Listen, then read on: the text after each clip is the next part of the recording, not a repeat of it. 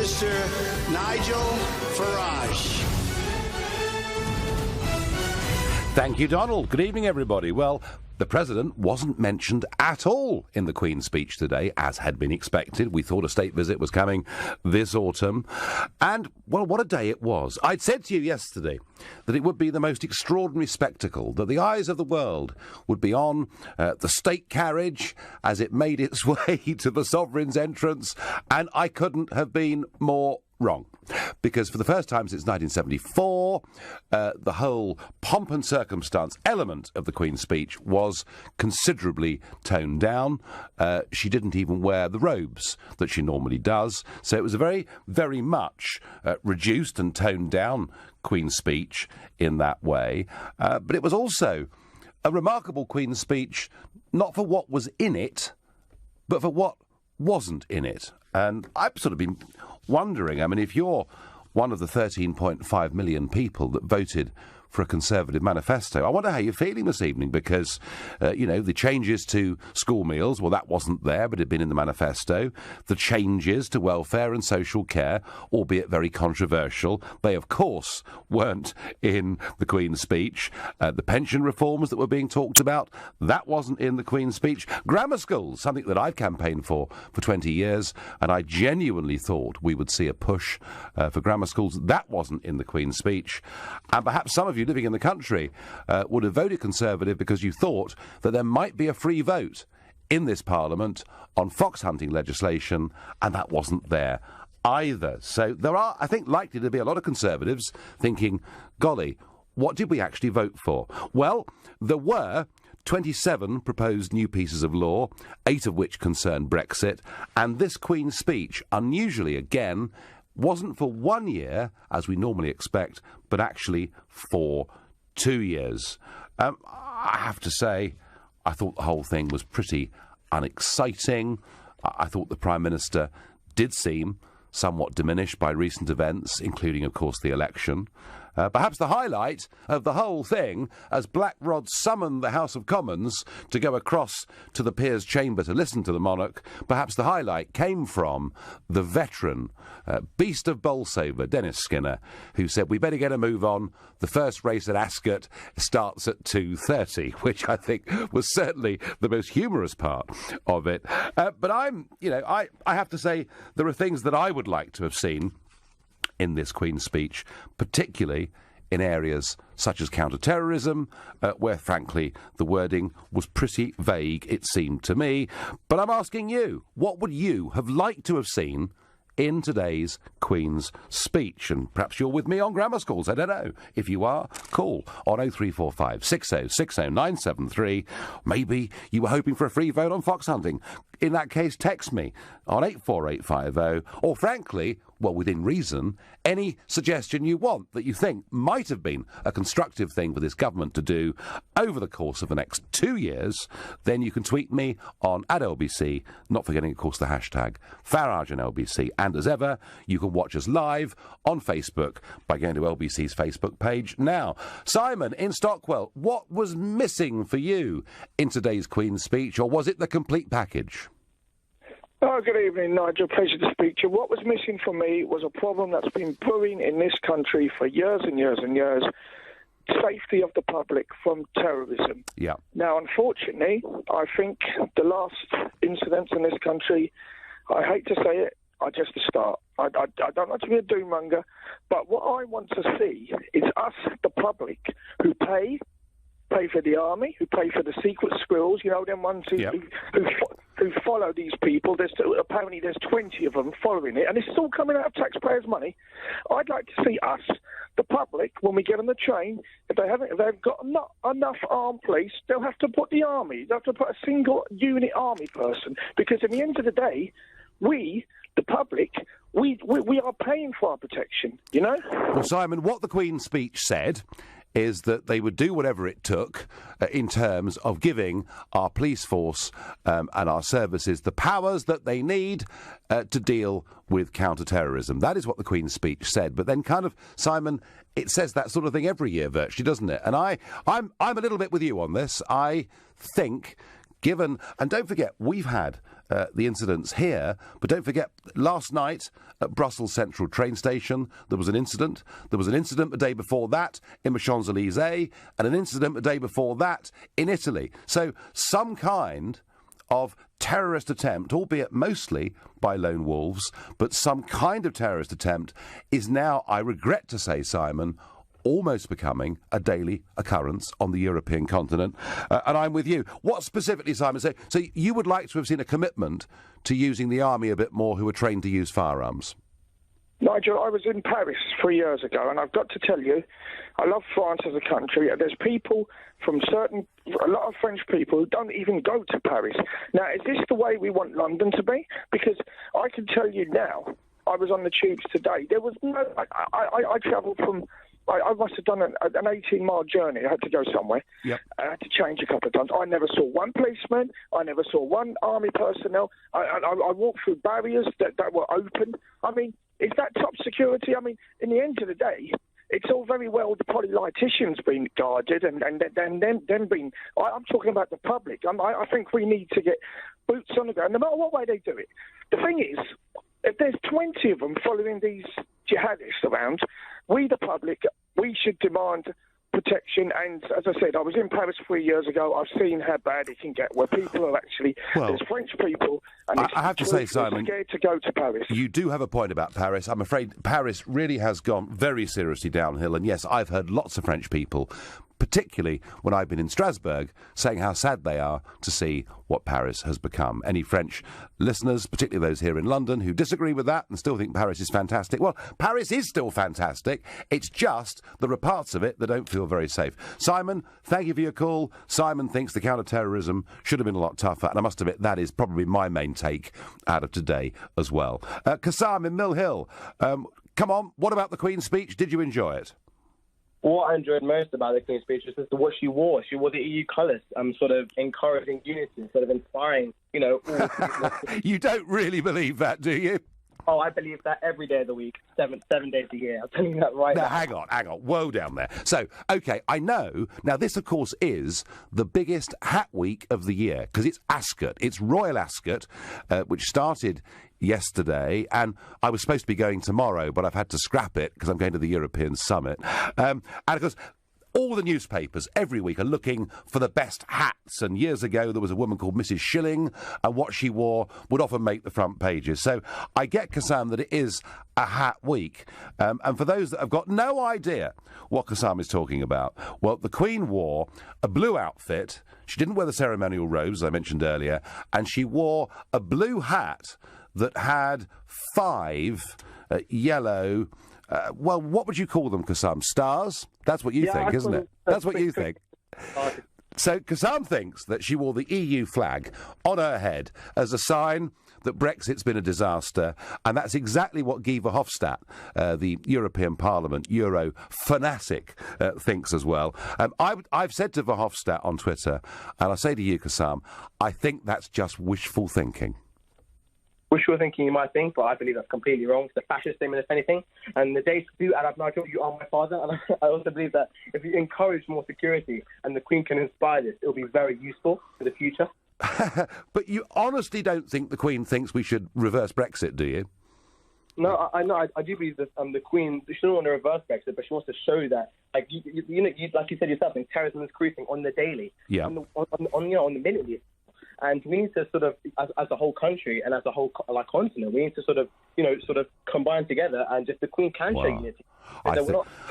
I think, Kassam, the more deeply we combine, I mean, we're going the other way, thank goodness, but the more deeply we combine with the continent, the worse terrorism is likely to get, because I'm afraid that their policies on this have led to too many people coming into the EU in the last couple of years, claiming to be refugees, but actually have come in with bad intent. That's what the terrorists want you to believe, and this is what we need to be ahead of them by 4 or 5 steps. And this is what I believe, that if we do get the Queen to be more patriotic and more pushing unity, what bad can happen? Well, I'll tell you what the Queen will do, and, I know she's 91, but what the Queen will do, and what she's always done, is she will continue to push unity with 52 countries who have a combined population of 2.3 billion, and it's called the Commonwealth, and she's the head of it, and she's massively proud of it. And I think one thing that we will get from Brexit, Kassam, is more chances to get closer to that wonderful global array of nations in the Commonwealth. I find that rather exciting, don't you? I do, and I believe the Queen's going to finesse it like she always does. She's been the Queen of finessing it throughout the years. She's been doing a great job. Yeah. I do believe carries on going that way, keep on showing what she can do. I mean, she'll just screw her right into the good position, in my opinion.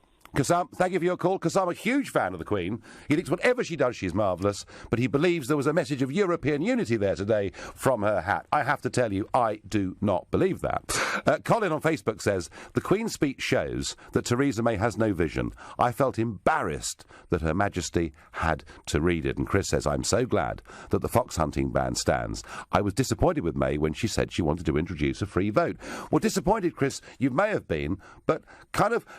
I asked this a couple of weeks ago. Is there any point now to manifestos? I mean, I never in my life can I think of a general election manifesto, some of which was broken even before the election, and the whole point of a Queen's speech is to take that manifesto and to lay it out in terms of a legislative agenda, and it clearly hasn't happened. Must be a lot of very disappointed Conservative voters out there, that's all I can say. It was a Queen's speech that was notable for what wasn't in it, including most of the Conservative manifesto, from which they became not a majority government, but the biggest party just a couple of weeks ago. And one of the things I'd expected was to hear the Queen say that President Trump was going to be visiting the country on an official state visit. We'd all been told this was going to happen in October, and then we heard from White House sources within the last couple of weeks that actually they were thinking of postponing the trip. They were worried about large-scale protests. And I thought to myself, this is really worrying. You know, we cannot get to the stage where mob rule, you know, stops a foreign leader coming to our country. So I was concerned that the Trump visit wasn't there. We heard that the King and Queen of Spain were going to come, but we didn't get anything about President Trump, and I really hope that President Trump does come to this country because he is a key component of where we go post-Brexit. America offers us some big opportunities. Boris Johnson has cheered me up a little bit. Well, he often does. And he said on Sky News, the visit will go ahead, believe me. The formality is you cannot put the date of the President's state visit into the Queen's speech until it has been actually agreed. Well, Boris, you may be right. I expect Donald Trump will come. I know next month he's going to be in Poland. He's going to be in Germany. So perhaps he'll come not on a state visit. Perhaps he'll come to meet Mrs. May or whoever the Prime Minister is in a few weeks' time. But I'm asking you, what would you like to have seen in this Queen's speech? Because frankly, other than a lot of bills about Brexit, which is pretty natural given the next 2 years, there wasn't really very much inspiring there. Jason in Hornchurch, what would you like to have seen? Hello, Nigel. A pleasure to speak to you. Good evening. I would like to have seen both of your full guns blazing for fracking. Fracking? Yeah. Basically, the energy security that this country now needs, rather than relying on basically untested nuclear technology, which is what they do in Hinkley Point, throwing billions at it. Effectively, you know what it's done for America. It's done amazing things effectively for their manufacturing, as in lowering their energy costs. The Boland Shale in the north of England is 10 times the thickness of the Marcellus Shale in the US. By all geologists, the shale, well, basically, it's mostly all over England. Unlucky Sturgeon, it's not in Scotland. But it's world class. It's absolutely world class. And it's you know, we've been lucky through our geology that we've had coal, and now we've got shale, and we should be utilising it. But Jason, in the last few weeks, there's been a pretty strong campaign saying that wind energy is now providing wonderful things for our energy needs. Are you telling me that you're sceptical about that? Just a little bit. Right. Very often, because when I actually go around, you never actually see them blowing, or they seem to be on fire or shredding birds, which I don't particularly find particularly environmentally friendly. You know, this is a massive resource. Yep. Right now, with Brexit, we need to be all guns blazing on what we've got. We've got huge resource and natural resource. We should be doing that. We should be going to hell leather for things like Skylon, which is the child of hot oil, which would, a plane that will get you from London to Sydney in 3 hours. These are the sort of things. Okay, maybe that's going a little bit too far for this conversation now. But Jason, you're basically saying there's a lack of vision on energy, and we're looking at a gift horse in the mouth given the Boland shale gas resources, yeah? Exactly, and it's not just the Boland, down in the Weald Basin, it's all over. In Wales, there is a huge, huge resource that we are just not tapping into, and probably the Americans must think we're mad. Well, there's been a very effective PR campaign against fracking, hasn't there? And a lot of people, Jason, in this country are very concerned about what fracking might do to their district.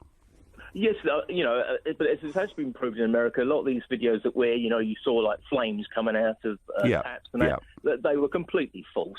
And very often these places that had this problem for all time, from the point that they actually had a tap going, purely because of the geology actually of that particular area, particularly in Pennsylvania. As I say, it's just this, we have really got to utilise what we've got. If we're going to survive, because there's no doubt about it, the French and the Germans are going to try and hurt us. A million miles. That's what they're going to do. I thought they were our allies and our friends. Yes. I mean, the French and German people are lovely people. Unfortunately, the people that have voted from France, and particularly the people that want Germany, have always hated us. And that's the way. Jason, thank you. But a very heartfelt pledge there from Jason that we need to get real on energy, to start fracking, to start bringing down prices, to start giving us... I think what Jason means is he wants us to have a competitive advantage over the rest of the EU. Burkhan in Sidcup, what was missing in today's Queen's speech for you? May's resignation. Right.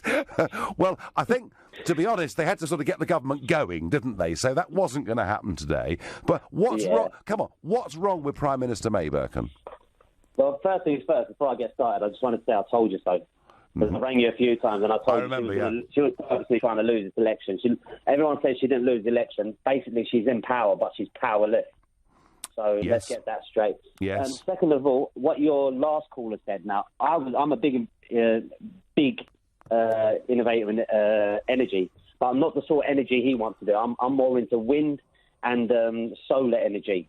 And I think China right now are doing such a great job. They're going to be running the world soon with it. I mean, taking us out with Trump especially, taking America out of the Paris Agreement. I think China now is leading the world in electrical and wind and solar energy. But Burkhan, it all sounds lovely until you realise that with wind energy, there is massive, huge, vast taxpayer subsidy. Maybe so, but to be honest, the real reason why people don't want to go solar and wind is because the bankers can't put it on the market. So they can't do it per barrel or per whatever they do with the oil and other Look, I tell you what, Burkhan, I think with wind energy and with renewables, forget the bankers, I think what you've seen with that is one of the greatest transfers of money from poor people to rich people that we've seen in our lifetimes. Landowners earning thousands of pounds a week or even a day in some cases, for simply siting these wind turbines on their land. And who's paying? All of us, through energy bills, domestic energy bills, that by 2020 will be 20% higher than they should be because we're giving money to the rich. How does that economically make sense? Well, you sort of just nailed the head on the argument there. So, but what I can say is maybe it can help us with that. Instead of paying people that own the land, the government should buy the land. And instead of us paying X amount of money to energy companies or making extortionate fees, maybe we should put it towards the government who can make the money and pay off the deficit. Well, maybe. I mean, Burkhan, you were right. You did see, before the election, that she was in trouble. What else would you like to have seen in this Queen's speech, barring her resignation?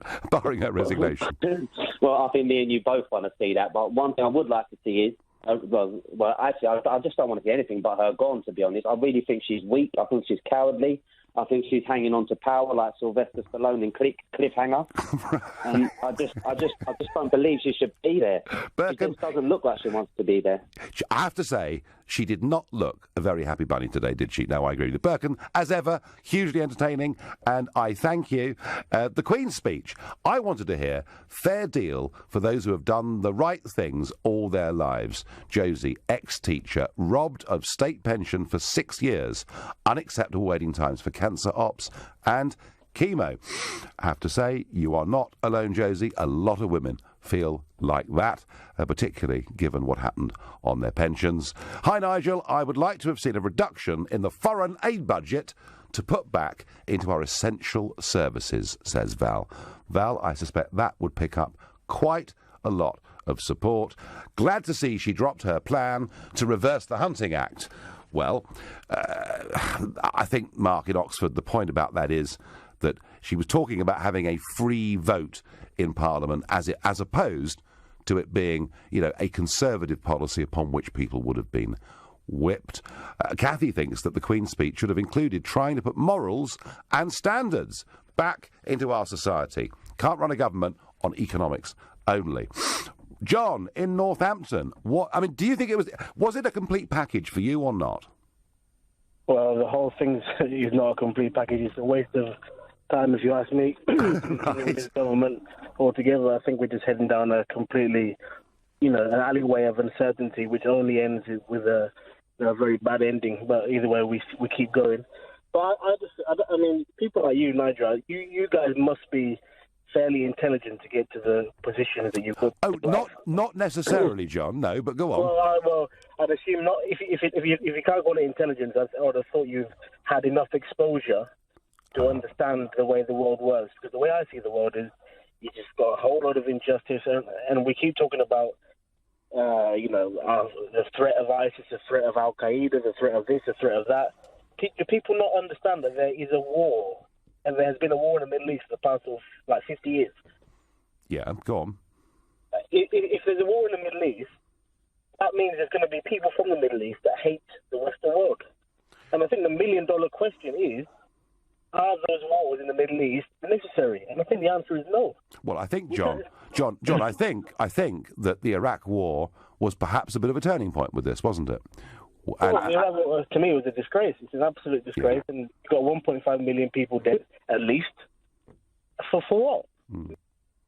Well, yeah, but we can't turn the clock back on that. I mean, what could the Queen have said on behalf of the government today that might have improved any of that? No, well, we can talk about our own foreign policy and how we treat people. I mean, we've got look at the fire in London now, the Tower Block. Mm-hmm. It's not about a Tower Block. It's how people are being treated. It's how poor people in this world are being treated. Right, so you would like to have heard more from the Queen about injustice in society and in the world, yeah? No, I'd like to hear about foreign policy and how we stop. OK, well, John, we got precious little of that. I thank you for your call. Foreign policy really barely featuring. Well, today's Queen's speech was a pretty uninspiring occasion, and I'm asking you, what would you like to have seen in it? And I have to ask that question because there wasn't really very much in it. Quite a few bills about Brexit, obviously, because that will be very important over the course of the next few years. Vast chunks of the Tory manifesto not appearing at all. I was disappointed that the commitment to grammar schools had been dropped. I was very disappointed not to see some stronger measures and language about counter-terrorism, which I think is very, very important. But generally, not one of you, not a single one of you, has phoned in, texted, tweeted, or Facebook messaged to say you think it actually was a terrific Queen's speech and this government has got off to a rip-roaring start. 0345 6060 973 if you think today's Queen's speech got it about right. Alexander in Sheffield, what would you like to have seen in this Queen's speech? And good evening. Hi, Nigel. Pleasure to speak to you. Well, I've been listening to the show, and I have to say, was we expecting anything less from this Queen's speech? I mean, the manifesto was probably the worst Conservative manifesto that has been published in my lifetime. Mm-hmm. It is comparable to Foot's election manifesto in 1983. I mean, it was awful. She abandoned the ideal of home ownership. So I was happy she included the promise to bring back grammars, but that's been completely abandoned. Yeah, but that's been shredded, Alexander, isn't it? It has. I mean, this Conservative government, really, can it call itself Conservative when it is really a Blairite, a blue Blairite government in disguise? I mean, that there was nothing Conservative about the Queen's speech that was written today. Do you know what? It's funny you say that, because I think on the Tory backbenches there are quite a lot of mutterings going on. Are we really a Conservative party at all? So there is a lot of that going on. I mean, how long do you think? I mean, do you think she's going to survive as Prime Minister? Well, it's funny that you say that, Nigel, because I've been hearing a lot of mumblings with the local membership and the Conservative voters that I am quite familiar with. I think that... So let's just get this straight, Alexander. You're an activist in the Conservative Party, are you? Well, I am a member, yes, and a voter, but I don't really get involved in the activism. All right. But I am quite familiar with groups within the party, and I feel like she will stay in for Brexit. But once the Brexit negotiations are over with, I think that she'll be out the front door. Right. Alexander, a disappointed Conservative, thank you. I think there are going to be quite a lot of those out there somehow. Alison says, Nigel, I would like to have seen the return of grammar schools. Their standard of tuition brought out the best in pupils at all levels. Maybe the Queen knows something, that the 5 stars on her represent the 5 founder members of the EU. This time next year, they will be the only ones left. It wasn't 5 founder members, it was 6. Anyway, there we are. People having fun with the Queen's hat today. Laura in Cromer, what was missing, or was it brilliant? It wasn't brilliant. Certainly wasn't brilliant. Right. I think that it would have been really good to see something on bringing the country together. I don't think I've ever experienced it so divided. So you've got Leavers versus Remainers, the old versus the young, the rich versus the poor, the left versus right, in a way that I've never experienced in my lifetime. And, you know, she stood outside Downing Street when she became Prime Minister talking about unity, and she campaigned on various strange things, including apparently at some point unity, but then there was nothing about it. Well, I mean, Laura, you could argue that in the mid-1980s, there were some pretty strong divisions in the country with, you know, miners' strikes, etc. So I don't think it's... I remember the 80s. I'm quite old. And I didn't want to ask. And I have genuinely never experienced division like this on so many levels. Yeah, sure, the miners are striking, the print unions are striking, and, you know, and there was a lot of stuff going on. But communities were held together in a way, families were held together in a way that I'm not seeing this time around. I'm just seeing an awful lot of anger, and it's not even people just on the losing side who are angry. So, you know, kind of after the referendum, there was an awful lot of anger from Leave voters still, and an awful lot of anger and sorrow from Remain voters too. But now, you know, kind of this time around, people are, you know, after an election, we usually all go, oh, God, you know, didn't get the result we wanted, or did get the result we wanted. Well, that's the point about democracy, Laura. Democracy is supposed to be that safety valve that you say, yay, we won, or boo, we lost, but we'll win next time. And yet that isn't quite happening, is it? Because people on the losing sides here don't seem to me to be satisfied with the democratic process. I think, I'm not sure it's as simple as that. I think that's quite a binary way of thinking of it. I think more that nobody's happy with anything that's happening. And I think that it's very easy to blame something like being in the EU or having a Tory government or something like that. But I think there's something deeper going on within the country. Because if you look at it, if you look at kind of the best-selling books in the charts and all of the things that people are talking about lifestyle-wise, it's all about mental health, well-being, trying to be happy. And it just seems that nobody is happy, and I don't think anyone's addressing those deeper root causes. Laura, to be fair to the government, and you know, mental health did get a specific mention in the Queen's speech today, and it is going to be bolstered and boosted. So perhaps that's one thing that you can give a cheer for. is one good thing. I mean, I don't think she went far enough in terms of not talking about learning disabilities and the disparity in employment, which was part of the manifesto. But I think it's deeper than that. It's great that the mental health will be treated, and it's great that they will, because I'll put it on a par with physical health.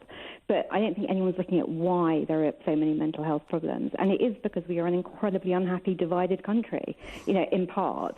And I really think that the only way forward, sure, we're leaving the EU, that's fine. But I think the only way forward now is to kind of get for them to get the Brexit stuff done, but to find a way of bringing the country back together. Okay, Laura. No, you made your points very well, and Laura's saying how divided the country is in many ways. Well, of course, today was supposed to be the day of rage, as you know, and a march came through central London, down Whitehall, into Parliament Square today.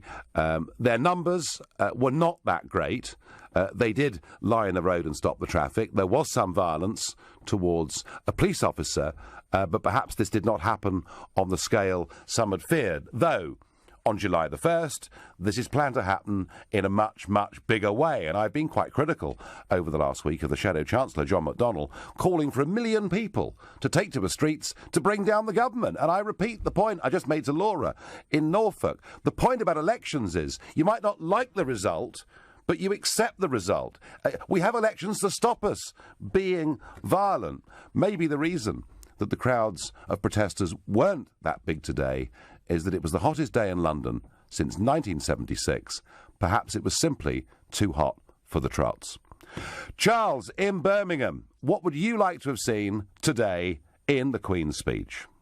I would have liked to have seen the freeze pay of national health workers removed, so my partner works for the NHS would get a decent salary. Yeah. Because she works in the mental health department side. And let me tell you, her saying this mental health is the biggest load of rubbish I've ever heard. Because my partner's just finished a 6-week course, and she's just finished her exams, so she can take blood, so they don't have to pay the nurses to come in and take it, and she doesn't get any extra money. And that's what they do in these places. They cut staff, but other people have to take the courses so they can replace them for nothing. Well, what do we do, Charles? Do we just keep pumping money into the NHS? No, what I'd like to see the foreign aid budget completely gone for 2 years. Right. And all the debt we've done, all these hospitals on high finance, pay them completely off. Yeah. Get rid of all the finance on all the hospitals. Do you mean free up all the money? By that you mean these dreaded PFI deals that were done in the late 1990s, yeah? Yes, so then the hospitals are not using some of their budget to finance all this finance, which is what happens. That's what people don't understand in NHS. All these super hospitals, like we've got them in Birmingham, are having to pay for finance to keep up, to pay all the payments. I know, I'm aware of this. I've spoken to hospital trusts and they've said to me that this debt overhang from PFI is a massive, massive problem. And is your partner, Charles... 30-30. Is your partner, Charles, optimistic that at least mental health, was flagged up today as something that is going to get more resources? As she said to me, she's heard it all before and she'll always hear it, but nothing ever happens. All that happens is that, as I say, different people on different courses and they cut. She'll tell you, in January, they couldn't find a bed in Birmingham, and the nearest bed for this person was in Wales. They had to take them by ambulance to Wales. Can't be good. Charles, thank you for your call. Charles, pretty cynical, but really not much was done there for the health service at all. Roger on Facebook agrees. Dennis Skinner got it right, that they've got to get the skates on. The first race is at 2:30. Skinner coming out with some top marks, I think, for today. And Jay says, people in this country need to be looked after, but sending endless amounts of foreign aid, particularly to rich nations, is wrong. A point just made by our last caller. There was a very strong commitment, folks, in today's Queen's speech that we will keep the foreign aid budget at 0.7% of our economy, just as David Cameron took us to in the first place. Well, the Queen's speech is not getting much positive reaction, and I've been putting out a big plea. Please tell me there was something good about the Queen's speech. And Tim in Lewisham says, I think you'll find there are a lot of very relieved Conservative voters out there. No dementia tax. Well, that's possibly true. Oh, and I like this one. Nigel, I think it was a great Queen's speech, and there is hope for me yet. Jeremy in Islington. Very good. OK, and as usual, on Trump, I'm getting zero support, which is exactly what I would expect. It's not the mob rule delaying Trump's visit, Nigel. It's his own thin skin, says Simon. And Phil says, protesting is not mob rule, it is a right. It sums up Trump's insecurity. He doesn't like to hear that people don't like him. Phil, I think he's got a pretty good idea of that already, and I'm not sure he's that bothered. I suspect that one of the reasons they're concerned about protests is he doesn't want, he doesn't want to embarrass the Queen or the government, but ultimately we can't be put off by the threat of protests. We are, yes, it may be a right to stand up, and to protest, but it's not a right, I don't think, to go against the results of elections. And that's what we've seen since Brexit and since the election of Trump. And I think we're beginning to see a bit of that here too. A result in an election, even though it's inconclusive, but it is a result. And there seem to be some on the Labour side who are behaving as if they'd won and they've somehow been robbed. And the arithmetic simply doesn't back that up. Robert in Dulwich, what would you like to have seen in today's Queen's speech?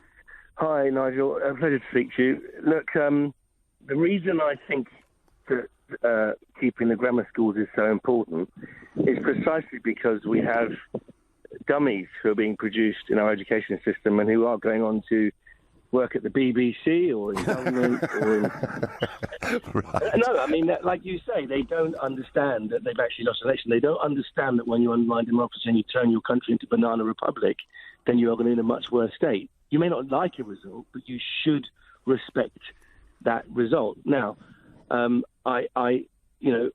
in the 60s in this country, we moved away from the sciences and we went on the humanities, my boy, and everyone in Whitehall was a humanities or a PPE.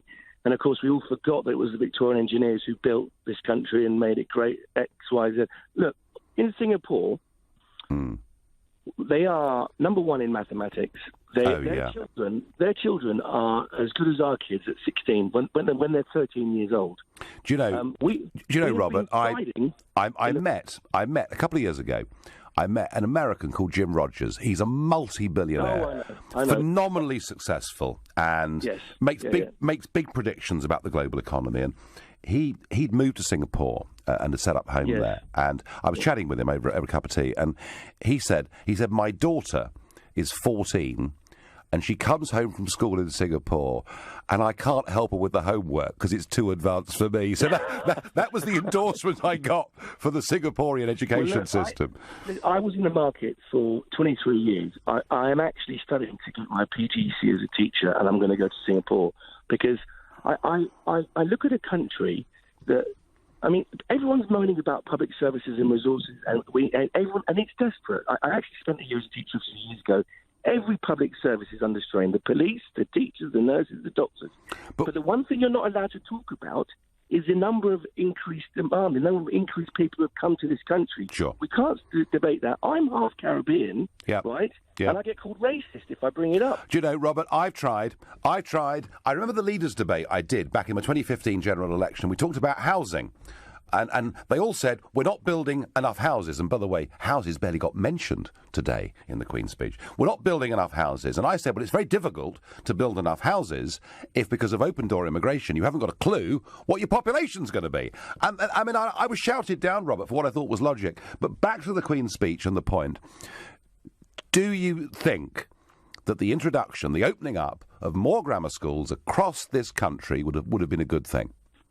I absolutely think so. And I tell you, it's not just because I think it would lift standards in those schools, but I think it would lift them across the board. And I know you're under time pressure, but I'll tell you very shortly why, very quickly why. Go on. British educationalists have got the government over a barrel, and they are so left-wing, it's unbelievable. They ignore the results of our slide in the international rankings. 22 years in a row we've gone down compared to other countries. And what would happen with the grammar schools, we would show that there is another way to do this, a better way.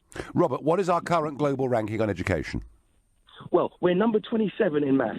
We're below Romania. Wow. Well, Robert, you've made your points beautifully. You've had lots of time. I thank you very much indeed. Foreign aid should be scrapped, screams a text that I get. Jean says on Facebook, ID cards for all, an end to postal votes except for the elderly and disabled, proportional representation, deport non-patriots. See, Jean, that was all quite logical until we got to that last point. People are allowed not to be patriotic, are they not? Now, I'm going to ask Edward in St Albans. Edward, come on, I must have a caller who thinks today was a great success. Well, first off, thanks for leveling the show again. 3 straight days, putting St Albans on the map. You're doing very well. I don't know how, but you are. Thank you. And I was going to say that I'm not going to agree with that. I'm going to say it was a really bad Queen's speech because it just failed democracy. It was against what people voted, and it was sort of an unfair interpretation of the manifesto. Well, that's not the Queen's fault, is it? That's Theresa May's fault. No, of course I'm not blaming the Queen, but, you know, it's the Queen's speech written by Theresa May, and a lot of the things that were in that manifesto just weren't mentioned. Like, if I just loved killing foxes, and it was, like, one of my favourite things, and I sat watching the election result, fox in hand, thinking I'm going to be able to kill this the second the Conservatives get, you know, a mandate, and then suddenly now my main interest has just been lost, because now that the fox hunting ban is not going to be repealed, and what I voted for is just irrelevant. Well, I don't think the fox hunting bill was going to be repealed anyway. The point was she was going to put it to a free vote. But, Edward, she's dropped vast amounts of the manifesto, and I think you're right. What is the point of voting for manifestos if within a couple of weeks they've half disappeared? Edward, I thank you. Malcolm says to me on text, we need reminding that we are the greatest nation in the world, past, present and future, and you are correct about the Commonwealth. Keith in Bristol. Keith, do you think she got the balance of the speech right, given that many things like dementia tax were a disaster during the campaign? Keith's gone. I'll go to Michael in Hampton. Michael, are you there? Yes, I am. In sunny Hampton. Yeah, well, hello, sunny Hampton. Now, Michael, tell me, what should have been in this Queen's speech? Well, what I think is that I always thought the manifestos were a wish list anyway, and if you put too much stuff in there, you don't do most of it. In my view, the most important thing, and I'm sure you'll agree, is to get Brexit right. To devote all of the time, the civil servants and the government, to getting that right. Once you've got that right, then you can look at the other things. Well, that's my view. I'm sure. And on that basis, Michael, given of the 27 proposed bills for the next 2 years, 8 of them were about Brexit. You could argue that Brexit was front and centre, yes. Yes, that's what we want. Right. Otherwise, that's the most important thing. The others, fox hunting, grammar schools, are important to some people, but to you, particularly, I'm sure you're very pleased that Brexit is front and centre, and then there's no excuse. They can devote all this time to it, so they've got to get it right. Well, Michael, I'm pleased you've raised that. I think the Brexit stuff in the Queen's speech, I mean, there was one wishy-washy line about putting together a consensus on Brexit. Well, if you put together a consensus of people in Parliament, there won't be Brexit at all. But generally, Michael, the bills they're proposing, it sounds encouraging. I would agree with you. Thank you. Yeah, I know that because I'm a UKIP boy. I came to see you in Gravesend, so I'm not a great supporter of Mrs. May. No, but but from what you fought from, what everybody else voted for, 78% of the people wanted immigration. Yeah. And this will cover that if Brexit is done properly. If Brexit is done properly, and if we got the guts to do the right things afterwards. Michael, I thank you. Keith in Bristol, you're back. You've got 40 seconds to make your point, Keith. What should have happened today in the Queen's speech? I'll be very quick now. I don't really want to speak about that. I want to. Go on. I come from. I want to go back to the referendum night. I've been trying to speak to you ever since then. Right. Well, you're on now, Keith. You've got 30 seconds. I want to take you back to just after when you said, when you thought you were going to lose this referendum, you said we'd have to have another referendum. No, I didn't. And yes, you did. No, I didn't. I heard you. I actually heard you. No, you didn't. No, you yes, didn't. I did. No, I you want didn't. to. No, I want to ask you you. didn't. Yes, Keith, sorry, matey, that you're talking about an article that appeared in the Daily Mirror when I said there'll be some, particularly some in the Conservative Party, who would not accept the result, but the chances of us getting a second referendum are about zero because Parliament bitterly regrets having given us this opportunity. Keith, I'm sorry it was short, but also, to be fair, Keith, it wasn't to the point. But when we do, one, on whether there should be a second referendum, call and we'll put you straight on. OK, my final thought on this is I would like to have seen much more on counter-terrorism, not just vague words. A small cut in the foreign aid budget could lead us to being able to arm our 120,000 police officers, at least with tasers. Had that police officer on London Bridge had a taser, he'd have stopped the three of them in their tracks, and Borough Market wouldn't have happened. That's what I'd like to have seen.